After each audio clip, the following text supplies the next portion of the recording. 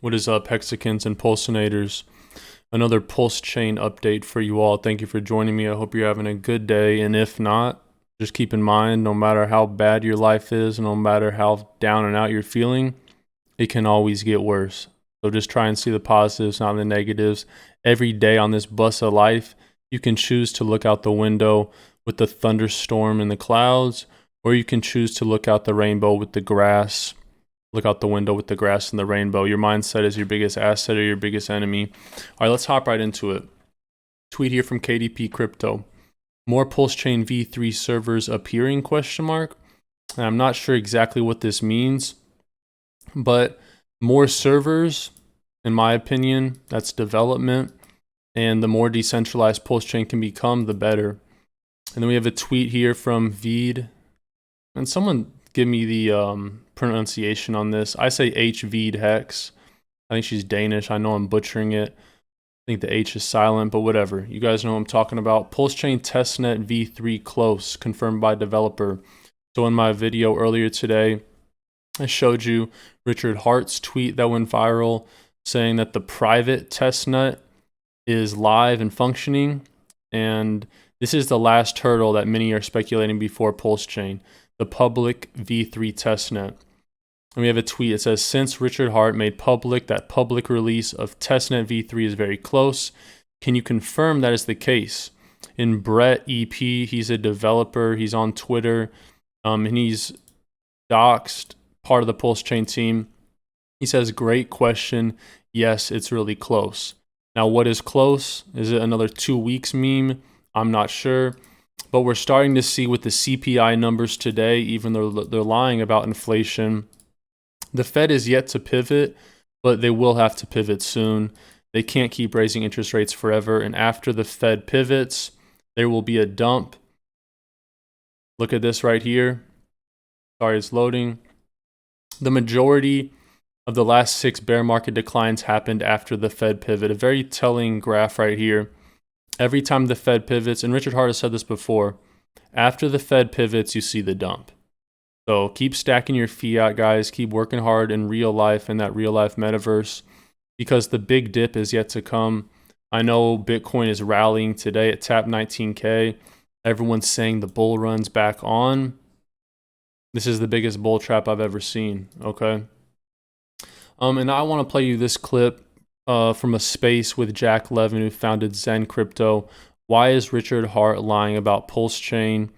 If you guys want to support me, support Hex and Pulsechain, smash that like button. Take a moment to Will Smith that like button. And I'm going to play this clip, and please in the comments below, let me know your thoughts on this clip. I cover the positives, I cover the negatives. A lot of people that sacrifice for Pulsechain don't believe in Richard. They think it's a scam, they think it's a rug pull. Logically speaking, guys, no expectations, right? That was the sacrifice. So Richard already has 1.6 billion from 2 years ago. Why would he keep talking about Pulsechain? Why would he keep leading people on?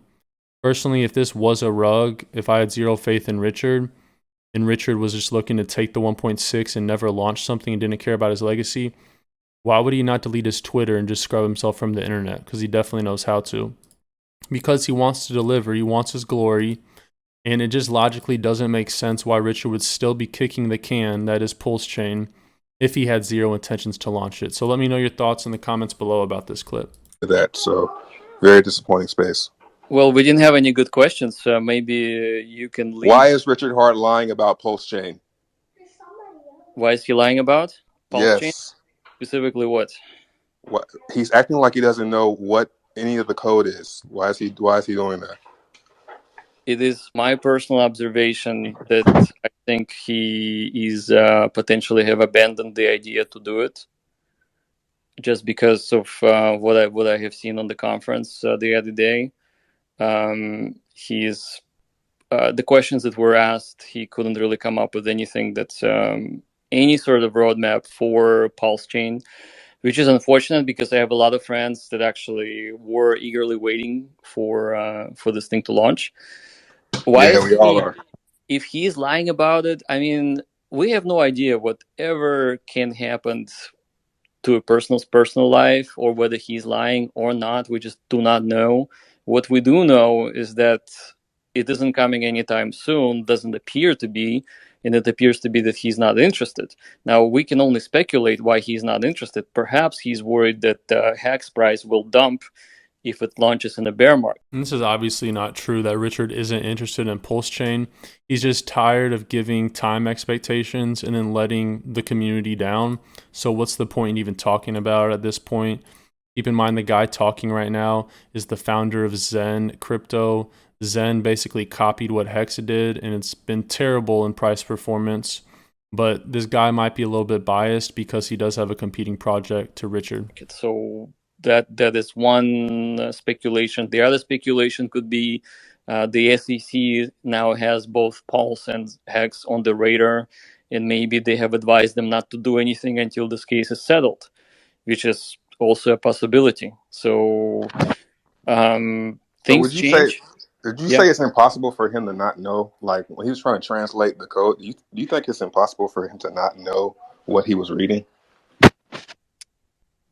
What he was reading specifically, like when he was going through the code, like it seemed like he didn't know what the hell he was reading or how to translate it. From my knowledge, if you don't understand something, you can't explain it. So is it impossible? I watched that and can answer that probably if you don't mind.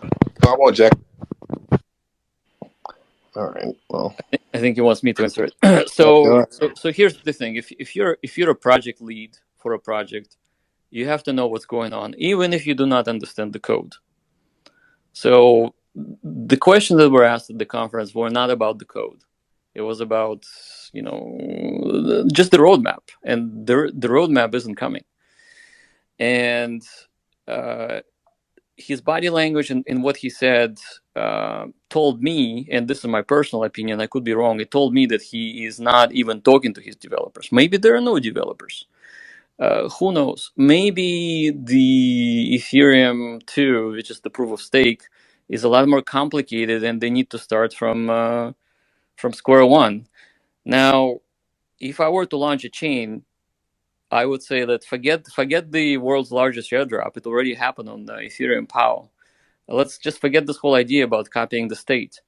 If people are worried about hacks not being on the new chain, well, you can airdrop the new hacks on the new chain just by looking at the hex contract on Ethereum. It's actually very easy. It can be done in about 5 minutes. So nothing really needs to be copied state-wise. So I think this whole idea of giving free stuff or a copy of stuff you have on Ethereum seemed like an attractive idea for marketing, but ultimately it has no value. And we see that, for example, USDC on Ethereum POW has no value. So why would it have value on Pulsechain? Perhaps he thought it would have value, but maybe he realized that it has no value, and therefore they're desperately trying to come up with new ideas in terms of what to do. Now, we do know that there's quite a bit of money in the sacrifice pools that were supposed to be used on Pulsechain and whatnot. However, with the news about it, the SEC, this makes it harder to do because that makes Pulse pretty much a security. In other words, Pulse was given to people who gave money to some wallet, and now this money will be used to generate more value. If that is the case, the SEC will have no problem ruling that Pulse is a security and was sold to the investors. So this whole sacrifice idea is not really true sacrifice. It's actually people are full of expectations, and nobody's fooled that just because we call it. And another incorrect statement he made there, all of the money in the sacrifice wallets is supposed to be used for Pulsechain development. That's a huge assumption. It explicitly says no expectations, and I get a lot of people do have expectations, but how can you make that assumption when it's blatantly saying right in front of you that there's no expectations of what's done with this money? The sacrifice, it really is an investment with the anticipation of profit. If SEC has engaged with Richard and told him, hey, if you do this, we don't even have to do much and to deem it a security, so you may as well just stop everything. And so that could be the situation. So I don't think he's lying. I think he's not saying certain things that are specifically personal and private to him. And I would say his hands are pretty much tied. Though I would say that if it was me, I would just say, hey, look, SEC is now has us on the radar, we have to do something else. So yeah, I hope you guys enjoyed that. Let me know your thoughts in the comments below about those statements. I disagree with a lot of them. Subscribe if you're new. Until next time.